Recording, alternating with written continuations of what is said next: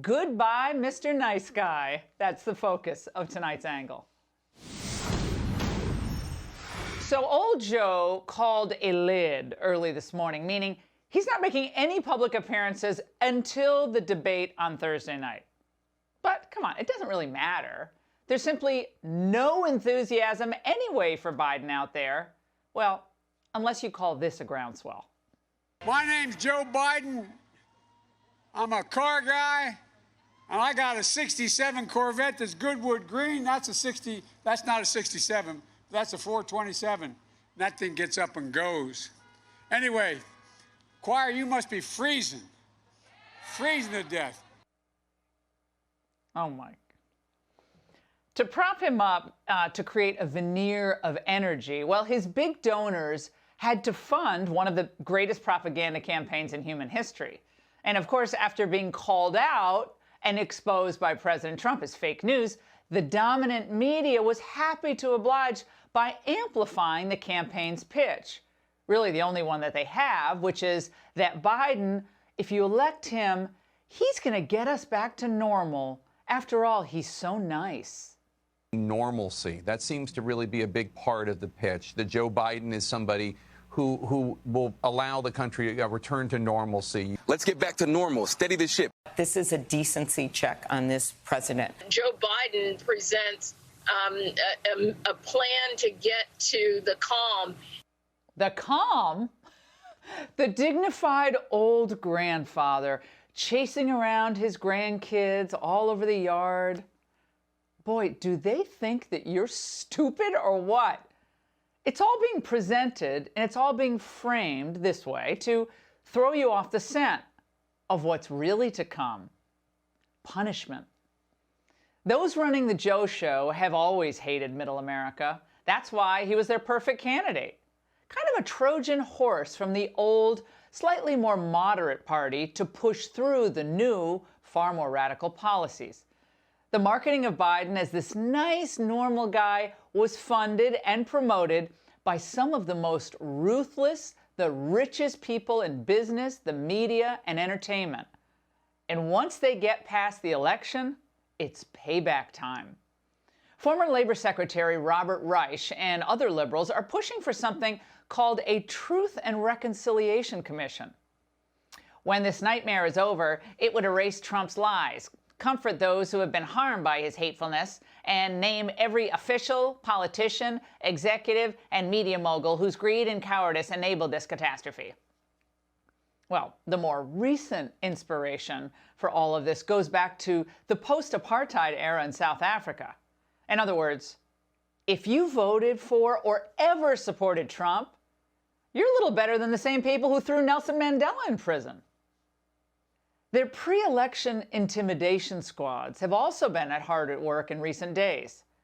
Check out what happened at a free speech rally in San Francisco. Get out! Get out! Get out!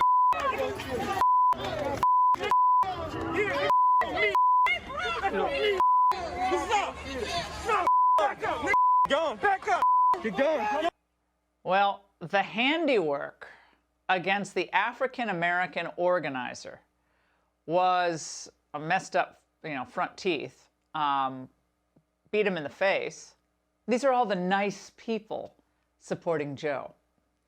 Now, Biden is I think he's sold, he's sold as this guy who cares about the kids. As his teacher union allies fight to keep those kids locked in virtual learning that is a real-world disaster, including when a student has a Trump flag in the background during one of those hideous Zoom classes. 17-year-old Anthony Ribeiro says he logged into chemistry class last week from home when what's behind him quickly became a problem. His chemistry teacher asked him to remove his Trump flag. He said, if you're not going to take it down, it's unacceptable, and I'm going to have to ask you to leave the class for today. And at that point, I waved goodbye. Ribeiro says it happened a second time in a different class the next day. He says he took the flag down that time, worrying it may start to affect his grades. He's a smart kid. These are truly awful people. They're the so-called champions of diversity who want to cancel you, frighten you, and even scare your children from holding different views. Of course, on policy, Biden will oversee an unending series of these types of punishments, but a lot worse. They intend to pack the courts, make D.C. a state, raise your taxes, outlaw your guns, flood the country with illegal immigrants, just to name a few moves. And of course, using COVID as cover, they'll institute draconian lockdowns and other rules nationwide. And that will end up throwing millions out of work, all so they can reset things here in the United States and take power back for themselves. So under Joe Biden, this isn't going to be a government of, by, and for the people. No way. It's going to be a government of, by, and for the people who behave, who don't rock the boat, who don't question our trade policy, our healthcare policy, government-funded abortions, our military expenditures overseas, and our open borders. Oh, by the way, if you gather to protest the coming lockdowns that destroy your business, they'll punish you as well. They might even put you in jail. The Biden puppeteers want the entire country to be like New York and California.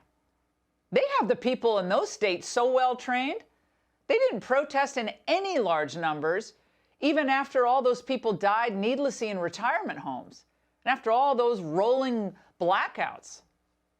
The billionaires levitating Biden to Election Day and the elites in the United States media, they always viewed Trump's America First movement as sort of a peasants' revolt, even though it was run by a billionaire Trump.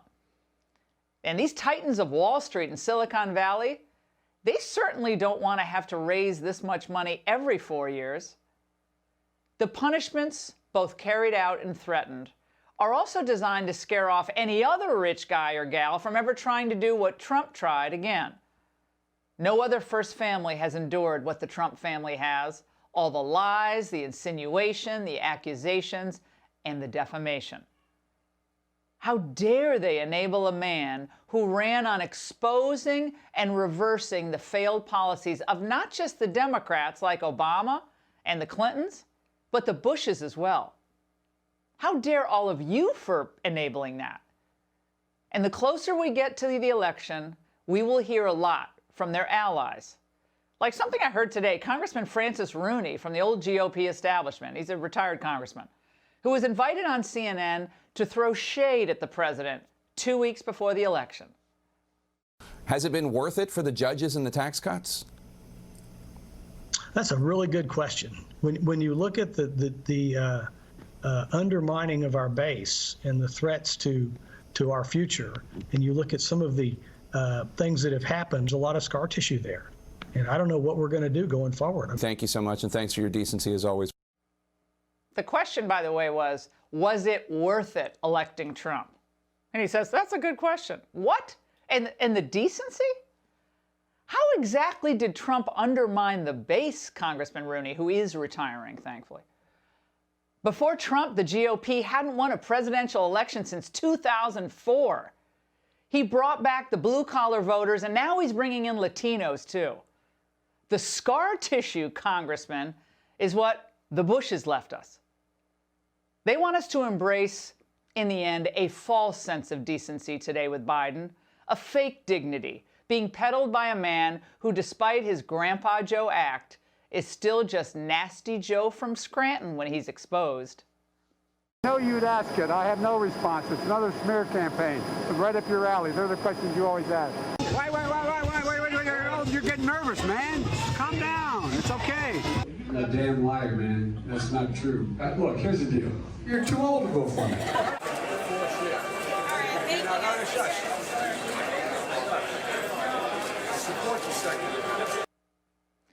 Total fraud. The normalcy that the left craves, I'll tell you what normal is to them. It's when you're under their heel. You're taxed to death, you're told where you're going to get your health care, and one where, well, your speech is stifled along with your religious practice. If that's the kind of decency, and if that's the kind of return to normalcy that you crave, yeah, Biden is definitely your candidate.